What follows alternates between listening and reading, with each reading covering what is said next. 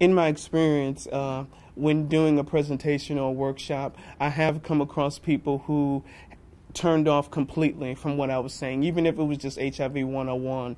I had a young lady who just didn't want to hear anything about contraceptive use or anything. And after the class, when people were still there and we were gathering to do some testing, she pulled me to the side and said, "I'm really sorry, but I just lost someone to HIV." So I was completely turned off because I didn't want to hear about this because it was so close to me. And at that point, since the class was still there, people heard what she said and they said, "Why didn't you say that? We didn't," and we had to go another half an hour because then sit back down, everyone sit back down.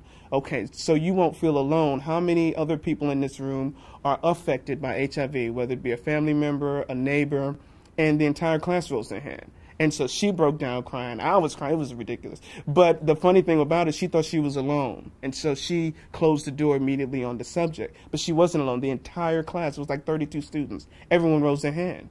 And they didn't do that to make her feel good. They knew it. And we were saying, just say who they are. Uncle, brother, sister. And it went around the whole class. And it was a very powerful moment. And that, again, is one of those things where you can see the shift and the change of people at one point not knowing exactly where they're coming from and why they may be resistant to hearing a message about safer sex or hearing a message about HIV prevention, education, outreach, or, biomedical things.